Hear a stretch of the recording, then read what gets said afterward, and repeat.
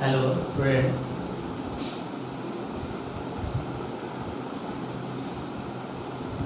आज हम केमिस्ट्री के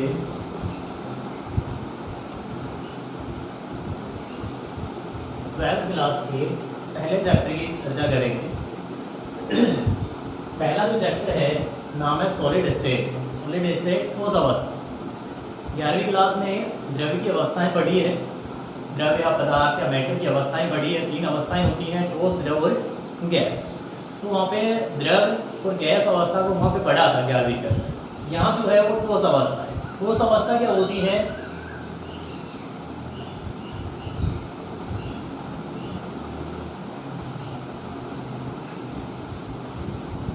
कि जब द्रव्य या पदार्थ के कण बिल्कुल आसपास सटे होते हैं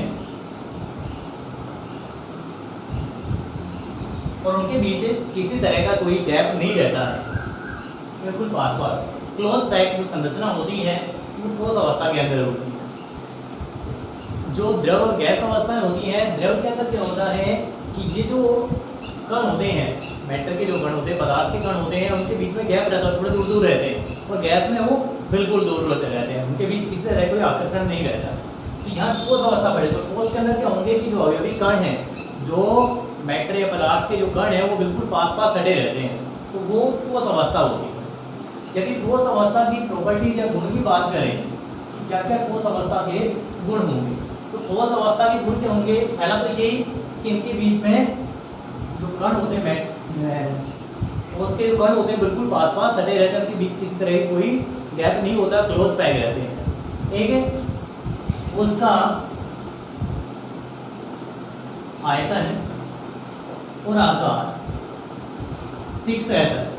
तो आयतन भी और आकार भी निश्चित रहता है, यानी कि चाहे किसी प्रकार के बर्तन में रखें चाहे रखें, उनकी आकार और आयतन के अंदर कोई चेंजमेंट नहीं होता है। द्रव के अंदर ऐसा नहीं होता है। द्रव के अंदर क्या होता है, वॉल्यूम तो फिक्स होता है लेकिन उसका जो आकार वो फिक्स नहीं होता। जैसे 1 लीटर पानी को एक जग के अंदर रखें या एक बड़े बर्तन के अंदर रखें, तो आकार दोनों में डिफरेंट हो जाएगा, लेकिन उनका जो वॉल्यूम है वो सेम रहेगा। लेकिन उसमें क्या है, दोनों के दोनों फिक्स होते हैं, आयतन और आकार दोनों ही निश्चित होते हैं।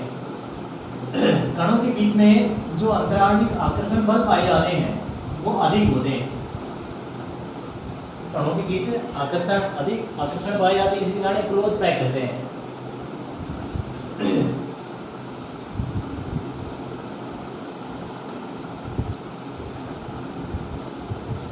ठोस होते हैं 2 प्रकार के होते हैं।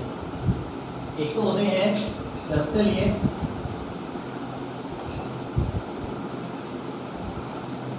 और दूसरे अक्रिस्टलीय।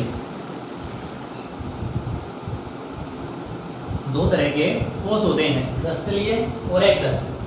तो क्रिस्टलीय किसे कहते हैं और अक्रिस्टलीय किसे कहते हैं, तो यहाँ पढ़े। इनके अंदर मुख्य रूप से जिसको पढ़ा जाएगा वो क्रिस्टलीय ठोस को हम आगे अच्छी तरह से पढ़ेंगे। तो यहाँ के दोनों को समझना जरूरी, क्रिस्टलीय ठोस कौन सा होता है और अक्रिस्टलीय ठोस कौन सा होता है। तो पहले चर्चा करें क्रिस्टलीय ठोस। तो क्रिस्टलीय ठोस कौन से होते हैं कि जिनके अंदर अवयवी कणों का एक रेगुलर पैटर्न होता है, एक नियमित पैटर्न होता है।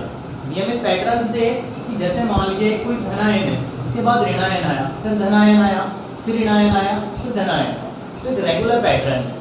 इसी तरीके से इधर भी चले, धनायन के बाद ऋणायन, फिर धनायन आया, फिर ऋणायन आया। तो इस तरह से चाहे किसी भी दिशा में चले, उनका जो पैटर्न है वो चेंज नहीं होता है, उनका एक रेगुलर पैटर्न रहता है।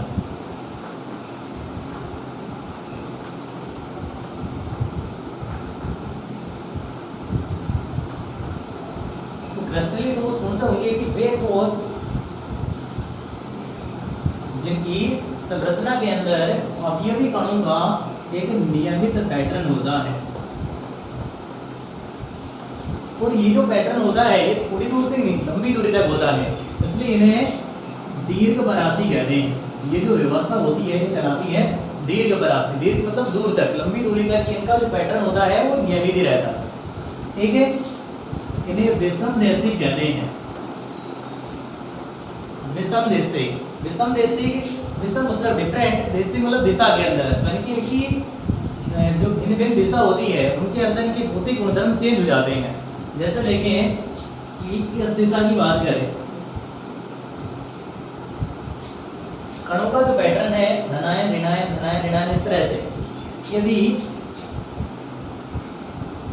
इस दिशा की बात करें तो सभी का जो पैटर्न आया वो धनायन धनायन धनायन आया, इधर ऋणायन ऋणायन ऋणायन, तो पैटर्न क्या हो गया, क्या चेंज हो गया, इसलिए भौतिक गुणधर्म भी यहाँ पे चेंज हो जाते हैं। यानी कि विषम देशी क्यों है कि भिन्न भिन्न दिशाओं में भौतिक गुणधर्म भिन्न भिन्न होते हैं, इसलिए इन्हें विषम देशी कहते हैं। ये जो कोष होते हैं इन्हें ही वास्तविक कोष भी कहा जाता है, वास्तविक कोष होते हैं। तो ये तो हो गए क्रस्टलीय है। दूसरे आते हैं अक्रस्टलीय। अक्रस्टलीय क्रस्टलीय के बिल्कुल विपरीत होंगे। विपरीत में क्या होगा कि यहाँ तो क्या है कि अवयवी कणों का या इनके परमाणुओं का उनका एक रेगुलर पैटर्न है, यहाँ क्या होगा, अनियमित पैटर्न होगा। अनियमित पैटर्न मतलब जैसे जरूरी नहीं धनायन के बाद ऋणायन है, वापस धनायन भी आ सकता है, जैसे धनायन आया फिर धनायन आया फिर धनायन आया फिर ऋणायन आ गया, मान लीजिए ऋणायन आ गया। तो इस तरह से किसी भी दिशा के अंदर इनका रेगुलर पैटर्न नहीं होता है।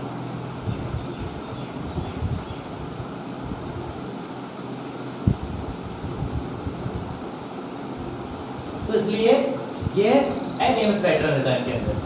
फिर इनके अंदर मान लीजिए रेगुलर पैटर्न कहीं आ भी गया तो वो बहुत ही कम दूरी तक आता है, इसलिए इन्हें क्या कहते हैं, लघु परासी व्यवस्था होती है इनके अंदर। कैसे व्यवस्था होगी, लघु परासी। लघु परासी जैसे मान लीजिए हमने देखा, यहाँ देखें धनायन फिर आया ऋणायन फिर धनायन फिर ऋणायन फिर वापस कौन आ गया, ऋणायन। तो यहाँ पे व्यवस्था चलेगी थोड़ी दूर, उसके बाद फिर रेगुलर नहीं हो पाए, तो इसलिए लघु परासी कहलाते हैं। ये जो होते हैं इन्हें समदेशी कहते हैं। समदेशी, इनके जो भौतिक गुणधर्म है सभी दिशाओं के अंदर समान रहेंगे, इसलिए कहलाते हैं समदेशी। ये भी समदेशी थे क्योंकि इनकी अलग अलग दिशाओं में भौतिक गुणधर्म अलग अलग आते हैं, क्योंकि कणों का पैटर्न चेंज हो जाता है। इन्हें आभासी कोष कहा जाता है। कोष होते हैं ये आभासी कोष होते हैं। ये कोष कैसे होते हैं, वास्तविक होते हैं, और ये होते हैं आभासी कोष, यानी कि वास्तव के अंदर ये ठोस नहीं होते, दिखने में ठोस होते हैं लेकिन वास्तव में ठोस नहीं होते हैं, आभासी ठोस कहा जाता है। या फिर इन्हें सुपर कूल्ड लिक्विड भी कहा जाता है।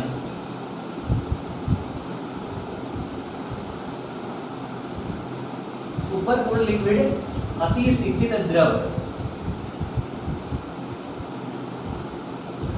मतलब अति शीतल द्रव यानी कि इनके अंदर लिक्विड के समान बहने का गुण पाया जाता है, लेकिन वो बहुत बहुत बहुत ही धीमा होता है, इसलिए कहलाते सुपर कूल्ड लिक्विड कहलाते हैं, अति शीतल द्रव कहलाते हैं। कि द्रव के समान बहने का गुण है लेकिन वो कैसा, बहुत ही धीमा होता है। इसका एग्जाम्पल क्या है कि जो पुरानी इमारतें होती हैं, उन पुरानी इमारतों के कांच जो होते हैं वो नीचे से मोटे होते हैं। तो मोटे क्यों होते हैं, क्योंकि पुरानी इमारतों की कांच कैसा है कि अति शीतल द्रव है, अक्रस्टलीय ठोस होता है, इसलिए बहने का गुण है, तो नीचे जाके वो मोटे हो जाते हैं। इनके अंदर एग्जाम्पल्स हैं, कांच हो जाएंगे, प्लास्टिक हो जाएंगे, टेफ्लॉन, जो पॉलीमर होते हैं बहुलक, वो सब इसके अंदर आ जाते हैं। इसके अंदर कौन आएंगे, जितने भी जैसे सोडियम क्लोराइड हो गया, धातुएं हो गई, वो हो जाएंगे। इनके अंदर आयनिक ठोस और वो धात्विक ठोस वगैरह वो सब इसके अंदर क्रिस्टलीय ठोस के अंदर आएंगे।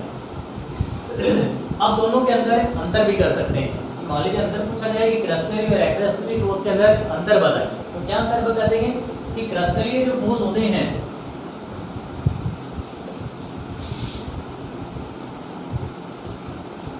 उनमें एक रेगुलर पैटर्न होता है, मतलब कणों का एक नियमित पैटर्न होता है, इनमें अनियमित पैटर्न होता है। इनमें कणों की दीर्घ परासी व्यवस्था होती है, यानी कि जो रेगुलर पैटर्न होगा वो लंबी दूरी तक होगा। इनके अंदर कणों की लघु परासी व्यवस्था होगी, यदि पैटर्न रेगुलर आ भी गया तो बहुत ही कम दूरी तक होगा।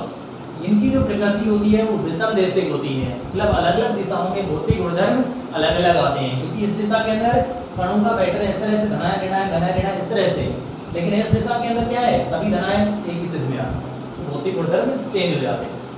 इनके अंदर क्या होती है, समदेशिक प्रकृति, चाहे किसी भी दिशा में चले उनके जो भौतिक गुणधर्म है वो सेम आएंगे, क्योंकि इस दिशा में भी रेगुलर पैटर्न नहीं है और इस दिशा में भी रेगुलर पैटर्न नहीं है। इन्हें वास्तविक ठोस कहा जाता है, इन्हें आभासी ठोस कहा जाता है। इसके अलावा इन्हें सुपर कूल्ड लिक्विड अति शीतल द्रव भी कहा जाता है, क्योंकि द्रव के समान इनमें बहने का गुण पाया जाता है।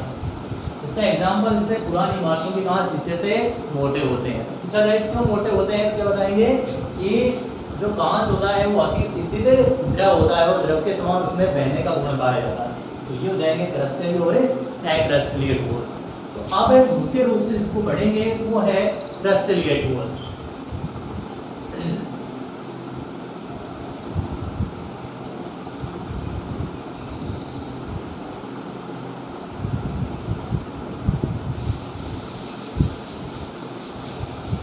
आशा करता हूँ यहाँ तक अच्छी तरह समझ में आ गया होगा।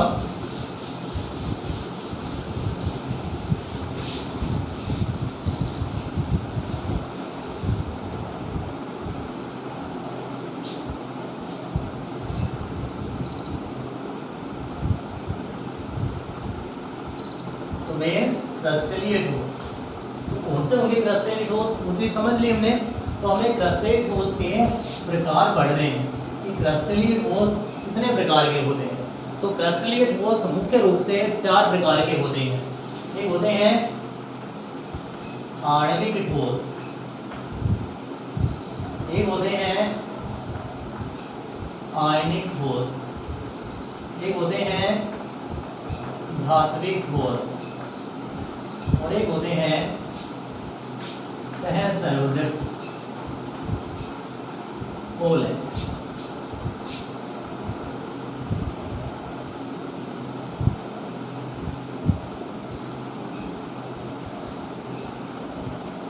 मॉलिक्यूलर सॉलिड, आयनिक solid, metallic solid, covalent solid.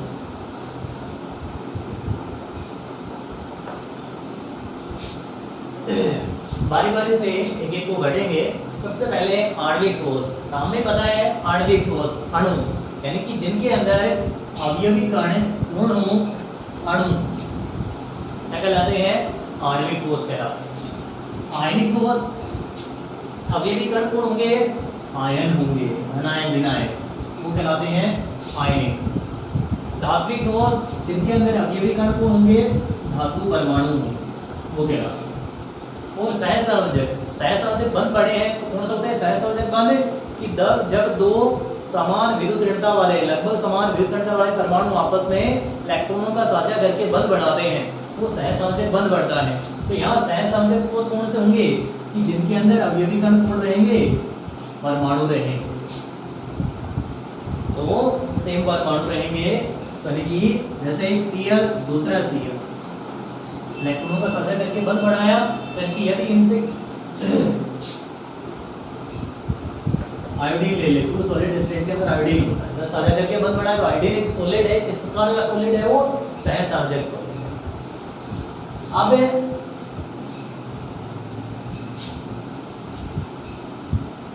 आणविक ठोस, आणविक ठोस मोटे तौर पर पता चल गया कि चारों के अंदर क्या अंतर है, कि इनमें अवयवी कण अणु होते हैं, इनमें आयन होते हैं, इनमें धातु परमाणु होते हैं, इनके अंदर परमाणु होते हैं, धातु परमाणु कहते हैं।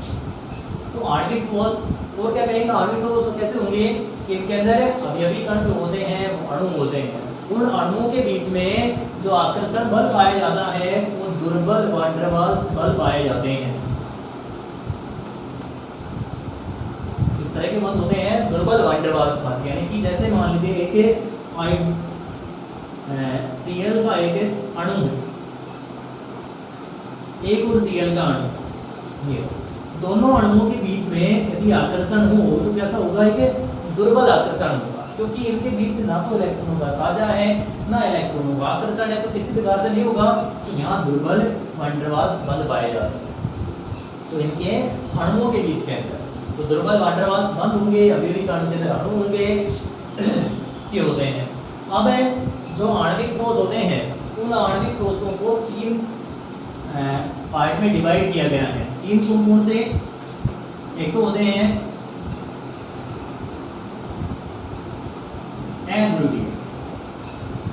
अध्रुवीय नॉन पोलर, एक होते हैं ध्रुवीय आणविक कोश और एक होते हैं हाइड्रोजन बंधित आणविक कोश। 3 तरह के आणविक कोश हैं, अध्रुवीय आणविक कोश, ध्रुवीय आणविक कोश और हाइड्रोजन बंधित आणविक कोश। अध्रुवीय नॉन पोलर, अध्रुवीय मतलब अणुओं के बीच में ध्रुव आघूर्ण क्या होगा? 0 रहेगा। एक अणु है, ये दूसरा अणु है, ये भी कैसा है? नॉन पोलर, ये भी कैसा है? नॉन पोलर, यानी कि ये भी अध्रुवीय है और ये भी कैसा है? अध्रुवीय है। तो इनके बीच जो आकर्षण होगा, इनसे जो ठोस बनेंगे वो ठोस कैसे हो जाएंगे? अध्रुवीय हो जाएंगे। जैसे एक CCl4 है, कैसा होता है? HCl4 अध्रुवीय, दूसरा भी CCl4 का अणु है। तो इनसे यदि सॉलिड बने तो टेम्परेचर के ऊपर तो कैसे हो जाएंगे? ये अध्रुवीय हो जाएंगे, ठीक है। और दूसरे हैं ध्रुवीय, बड़ा है ध्रुव आघूर्ण, तो यानी कि जिनके अंदर ध्रुव आघूर्ण होता है, ध्रुव आघूर्ण किन में होगा? जिनकी विद्युत ऋणता में अंतर रहेगा, एक कम विद्युत ऋणी, दूसरा अधिक विद्युत ऋणी परमाणु होगा। जैसे एग्जांपल लिखा हमने HF, एक अणु ये ना, एक अणु ये। हाइड्रोजन फ्लोरीन में से अधिक विद्युत ऋणी परमाणु फ्लोरीन है, इसलिए तीर का निशान फ्लोरीन की तरह, इस पर पॉजिटिव चार्ज होता है, इस पर नेगेटिव चार्ज होता है। ये HF कैसा है? ध्रुवीय है, क्योंकि इसके अंदर द्विध्रुव आघूर्ण होता है। इसी तरह इसमें भी ये होता है। तो यहाँ पे इनके अंदर क्या है? द्विध्रुव आघूर्ण है, इसलिए कैसे कहलाते हैं? ये ध्रुवीय आणविक कोश कहलाते हैं। हाइड्रोजन बंधित भी कैसे होते हैं? ध्रुवीय होते हैं, लेकिन उनके अणु के बीच में हाइड्रोजन बंध पाए जाते हैं। हाइड्रोजन बंध इनमें भी होते हैं। देखो जैसे HF, तो हाइड्रोजन क्या करेगा? अपने से अधिक विद्युत ऋणी परमाणु के साथ डॉटेड लाइन से जुड़ा होता है, और वो डॉटेड लाइन के कहलाते हैं हाइड्रोजन बॉन्ड कहलाते हैं। HF में, H2O में, NH3 में, इन सब के अंदर हाइड्रोजन बंध पाए जाते हैं। तो हाइड्रोजन बॉन्डेड जितने भी होंगे ज्यादातर कैसे होते हैं? ध्रुवीय ही होते हैं। तो ये हो गया 3 आणविक कोश, अध्रुवीय, ध्रुवीय और हाइड्रोजन बंध। आयनिक कोश, अवयवी कण आयन होंगे। अवयवी कण जैसे एग्जांपल लिख दिया हमने NaCl, Na+Cl-। अब ये जो होते हैं, ये इनके अंदर जो आकर्षण होता है वो स्थिर वैद्युत आकर्षण बल कहलाता है, क्योंकि आयनिक कोशों के अंदर जो आकर्षण बल पाया जाता है कौन सा होता है? ये स्थिर वैद्युत आकर्षण बल पाया जाता है। और ये जो सॉलिड होते हैं, ये ठोस अवस्था में तो विद्युत के कुचालक होते हैं, कि ठोस अवस्था में विद्युत का चालन नहीं करते हैं, लेकिन गलित अवस्था में या जलीय विलयन के अंदर विद्युत का चालन शुरू कर देते हैं। क्यों कर देते हैं? क्योंकि गलित अवस्था या जलीय विलयन के अंदर इनके बीच जो बंध बन रहा है वो टूट जाता है, इसलिए किसके अंदर विभक्त हो जाते हैं? आयनों में टूट जाते हैं। और विद्युत का चालन किससे होगा? या तो फ्री इलेक्ट्रॉन हो या फिर फ्री आयन हो। जिनमें फ्री आयन है इसलिए विद्युत का चालन करते हैं, तो वो क्या? आयनिक। NaCl, KCl, बहुत सारे एग्जांपल ले सकते हैं। फिर आते धात्विक कोश। अवयवी कण कौन होंगे? धातु परमाणु। अब धातु परमाणु जैसे कोई भी धातु ले ली, आयरन, सिल्वर, गोल्ड, कोई भी धातु ले ली, तो उन धातु परमाणुओं के बीच में क्या पाया जाता है? जो बंध पाया जाता है उस बंध को कहते हैं धात्विक बंध। धात्विक बंध के द्वारा वो आकर्षित रहते हैं। इनके अंदर जो बंध होता है वो प्रबल होता है। इनके अंदर धातु परमाणु में ज्यादातर फ्री इलेक्ट्रॉन पाए जाते हैं, और फ्री इलेक्ट्रॉन होने के कारण ये चाहे सॉलिड स्टेट में हो, चाहे लिक्विड में हो, किसी स्टेट के अंदर हो, ये हमेशा विद्युत के सुचालक ही होते हैं, हमेशा विद्युत के सुचालक होते हैं। इनके जो गलनांक पतनांक होते हैं वो भी उच्च होते हैं, गलनांक पतनांक इनके भी अधिक होते हैं। तो मेटेलिक कोश, धात्विक कोश, इनके अंदर अवयवी कण धातु परमाणु होंगे, धातु परमाणु के बीच धात्विक बंध पाए जाते हैं, जिससे वो है कि प्रबल आकर्षण बल के द्वारा बंधे रहते हैं। ये हमेशा विद्युत के सुचालक होते हैं, क्योंकि इनके अंदर फ्री इलेक्ट्रॉन पाए जाते हैं। तो धात्विक कोश हो। पोलैंड, सहसंयोजक कोश, सहसंयोजक ठोस अवयवी कण होंगे, परमाणु होंगे। तो परमाणु जब इलेक्ट्रॉनों का साझा करके बंध बनाते हैं तो कोवलेंट बॉन्ड बनता है, तो वो सहसंयोजक ठोस होते हैं। इन्हें नेटवर्क ठोस भी कहा जाता है, नेटवर्क सॉलिड भी कहा जाता है। बिल्कुल क्लोज पैक होते हैं, इनके बीच में किसी प्रकार का कोई गैप नहीं रहता कि इलेक्ट्रॉन बिल्कुल पास पास सटे होते हैं, साझा करके बंध बनाया है, इसलिए ये अधिक गलनांक पतनांक वाले होते हैं। विद्युत के ये भी कैसे होते हैं, सुचालक होते हैं, विद्युत का चालन नहीं करते हैं। लेकिन इनका एक अपवाद है ग्रेफाइट, वो विद्युत का सुचालक होता है। ग्रेफाइट विद्युत का सुचालक क्यों है, वो क्योंकि बड़ा है। ग्रेफाइट की जो संरचना होती है वो परतदार होती है, और परतदार संरचना होती है जिसमें उसका एक कार्बन परमाणु 3 कार्बन परमाणुओं से बंधा रहता है, और उसका जो चौथा इलेक्ट्रॉन होता है वो फ्री रहता है, क्योंकि कार्बन के बाह्यतम कोष में 4 इलेक्ट्रॉन होते हैं, तो 3 ने तो बंध बना लिया 3 कार्बनों से, और चौथा इलेक्ट्रॉन फ्री है, तो फ्री इलेक्ट्रॉन होने के कारण ये विद्युत का चालन करता है। अधिक सॉलिड होते हैं, कठोर होते हैं, बिल्कुल विद्युत के कुचालक है, लेकिन ग्रेफाइट कैसा विद्युत का चालन भी करता है और सॉफ्ट भी होता है, मुलायम भी होता है, तो ये इसका अपवाद। तो ये हो गए क्रिस्टलीय ठोस के प्रकार। एक बार तेज से रिपीट करें।